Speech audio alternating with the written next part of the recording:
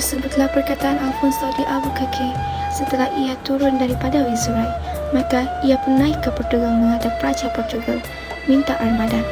Maka diberi oleh Raja Portugal 4 buah kapal yang besar dan 5 buah gali panjang. Maka Alfonso de Albuquerque pun turun ke Goa. Berlengkap pula di Goa 3 buah kapal, 8 galias, 4 buah gali panjang, 16 buah fusta, menjadi 43 buah semuanya.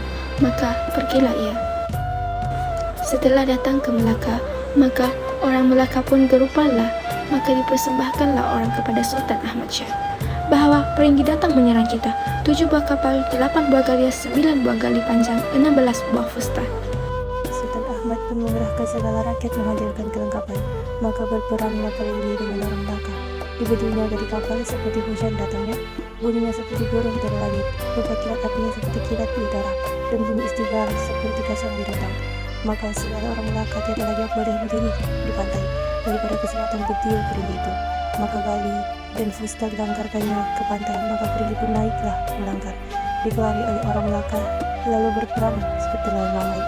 Maka Sultan Ahmad pun keluar naik gajah, Cinakci namanya, Seri Udani di kepala gajah, dan Ali Hati di buntut gajah. Maka Dong Sadar jalan di bawah Baginda, bertimbal rangka, karena Baginda berguru ilmu tauhid kepadanya.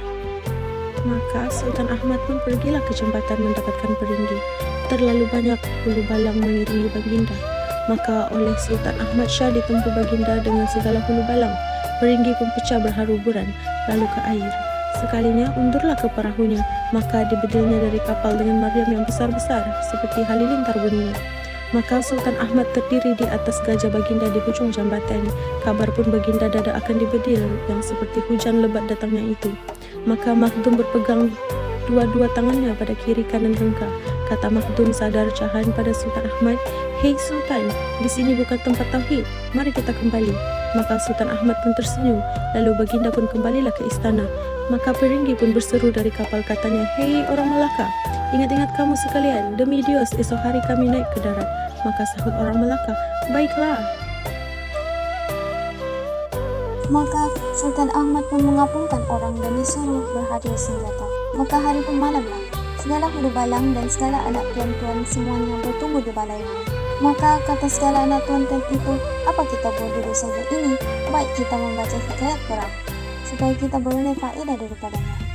Maka sahut Tun Muhammad Unta, "Benarlah seperti kata tuan-tuan itu. Baiklah Tun Indra segera pergi pohonkan hikayat Muhammad Hanafiah.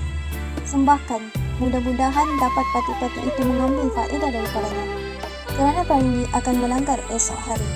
Maka Tun Indra segera pun masuklah menghadap Sultan Ahmad. Segala sembah orang itu semuanya dipersembahkan ke bawah duli Baginda. Maka oleh Sultan Ahmad dianugerahi Baginda hikayat Amir Hamzah. Kita Baginda pada Tun Indra segera, katakan pada segala anak tuan-tuan itu, hendak pun kita anugerahkan hikayat Muhammad Hanafiah, takut dada akan ada gerannya segala tuan-tuan itu seperti Muhammad Hanafiah.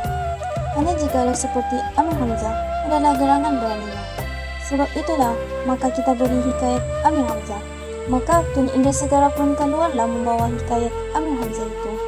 Maka segala cerita Sultan Ahmad itu semuanya disampaikannya pada segala anak tuan-tuan itu.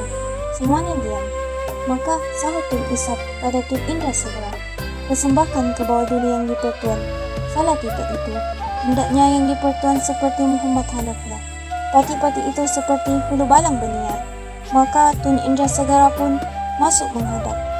Segala sembah Tun Isap itu semuanya dipersembahkannya kepada Sultan Ahmad.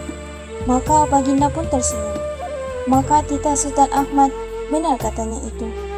Maka dianugerahi Baginda hikayat Muhammad Hanafiah. Setelah hari siang, maka Peringgi pun naiklah ke darat melanggar. Sultan Ahmad pun naik gajah, juru demang namanya, Seri Udani di kepala, Tun Ali Hati di buntut.